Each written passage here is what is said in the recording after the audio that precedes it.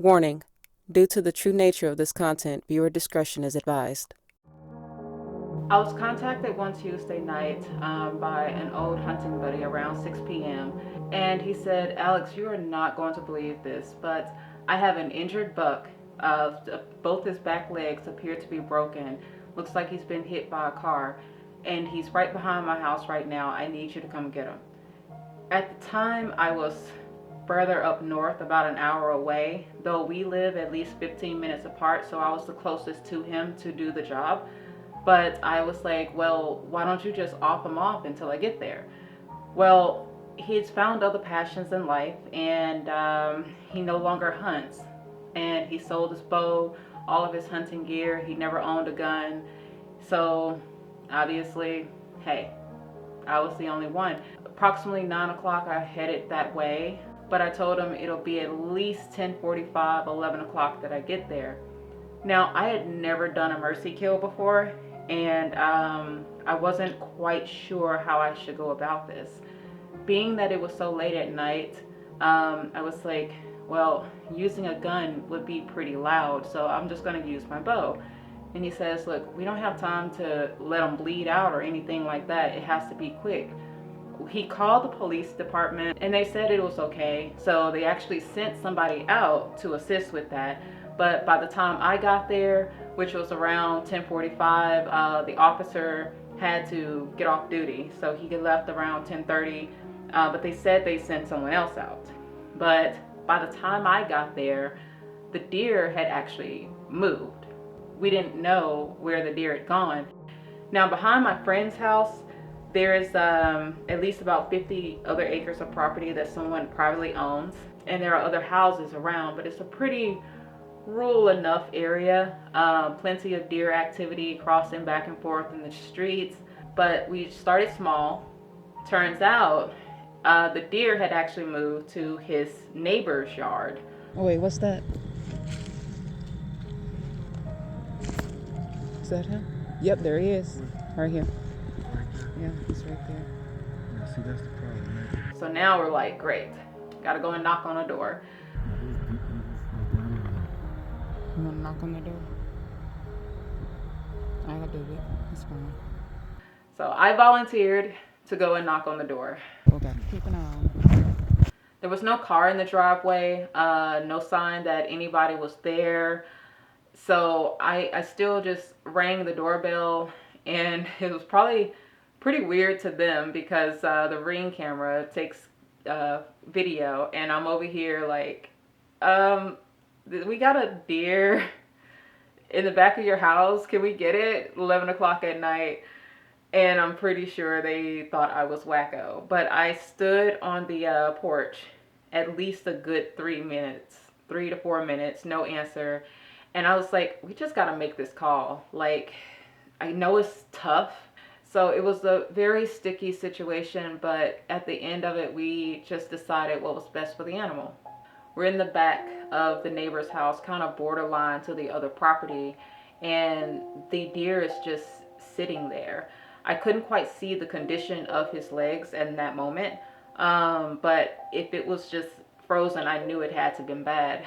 I tried to get an angle from the front because I wasn't familiar so much with the area, and it was night. I wanted to make sure that wherever I shot, it was going to be in a safe direction.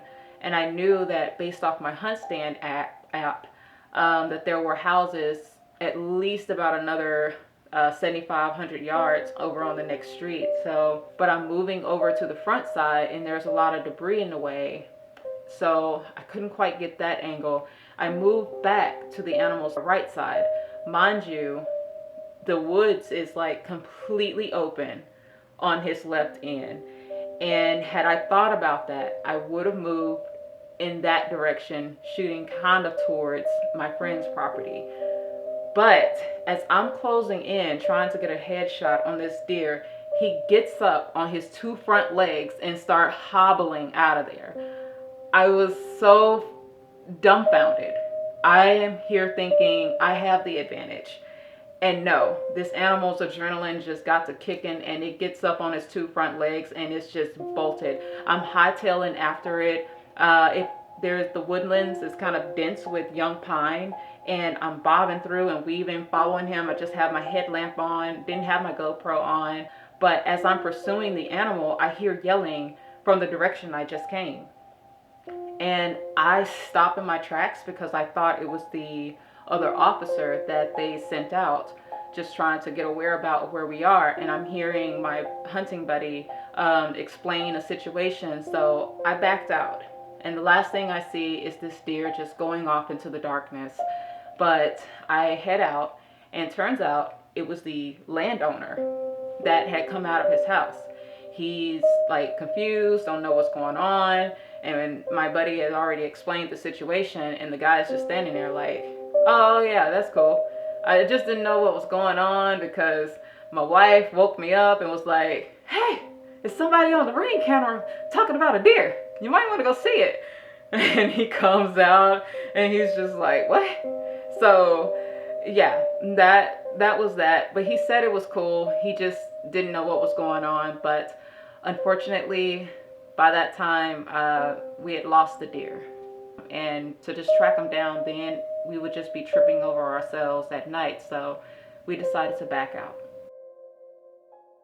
I felt like I failed the animal. I had one job. Obviously, his instinct is survival, but he's running off of adrenaline. But once that wears out, he's going to be in so much pain.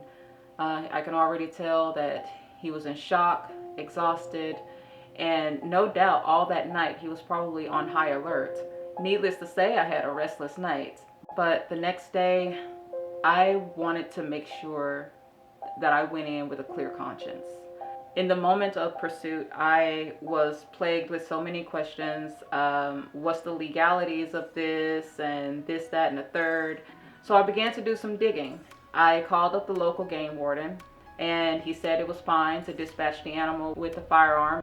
And I tracked down the landowner. Luckily, the landowner actually runs a business on the parcel that the deer ran onto, so it was easy to track him down. The police department already knows, so does the homeowner from last night. So I got a green light all the way through. That gave me the confidence I needed, and there was nothing holding me back. Immediately after work, I head over. I have at least 1 hour with 30 minutes of good sunlight to spare. There's no blood. I'm basically going off of the last place I saw him and instinct. My hunting buddy said that he saw the deer go off to the right, but I had a theory that since this deer is injured, he's 9 times out of 10 going to bed with his back against something and facing the direction danger is most likely to come from. And since there were houses on the adjacent end, he would 9 times out of 10 be near those houses. Now, I don't exactly know what the property looks like. This is my first time on it. He probably didn't go no more than maybe 100 yards in his condition. On top of that, he would be extremely exhausted and on high alert. So I knew that I had to be super stealthy.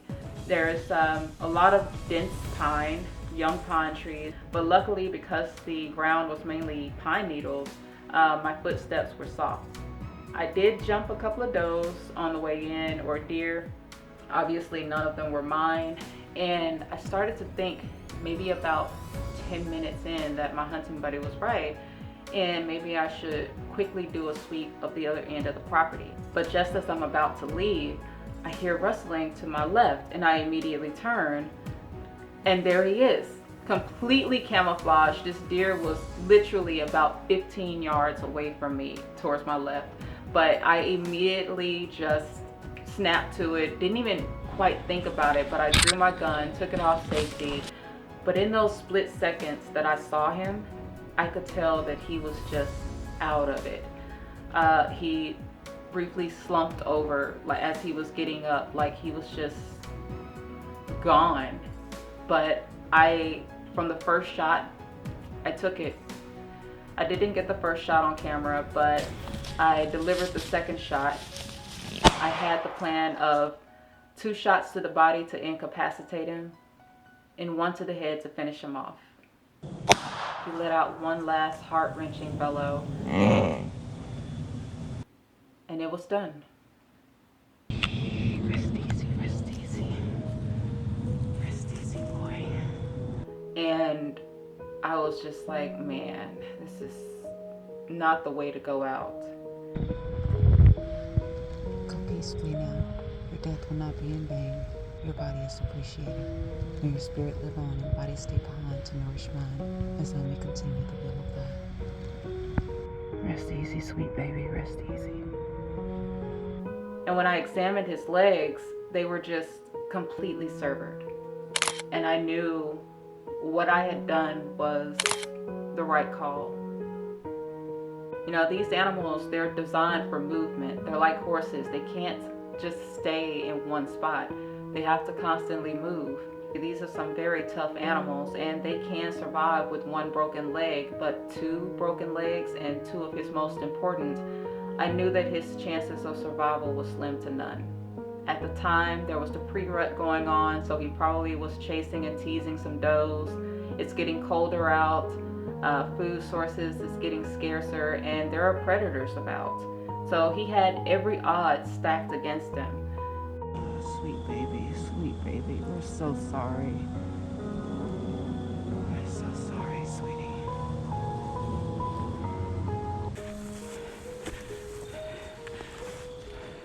Tried to end your suffering last night, boy.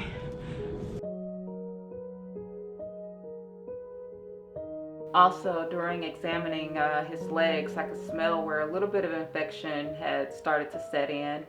I also figured that this animal suffered internal damage, and sure enough, when I cut him open, his entire back half was shattered and bladder ruptured, but his body was still producing waste that was being deposited back into him. I knew he was definitely on borrowed time. I salvaged what meat I could, which was just the head, shoulders, and back strap, and gave the rest back to nature. What I don't benefit from, some other animal would. Nothing in nature goes to waste, but sometimes it is wasteful. It's sad seeing deer or any other animal hit by a car on the side of the road, but I understand too that it's nobody's fault per se. Sometimes they do just pop out at you, and then sometimes you don't have people to just slow down. And sometimes when that happens, hunters, we have to deal with the aftermath of that. If not, it's like these animals, whether we know it or not, they're out there suffering. It's just one of those things that we have to be mindful of. And here he is. I did a Euro mount for him and made him this homegoing tassel, but I don't really have a name for him or anything, but if I had to name him, I just call him Sweetheart.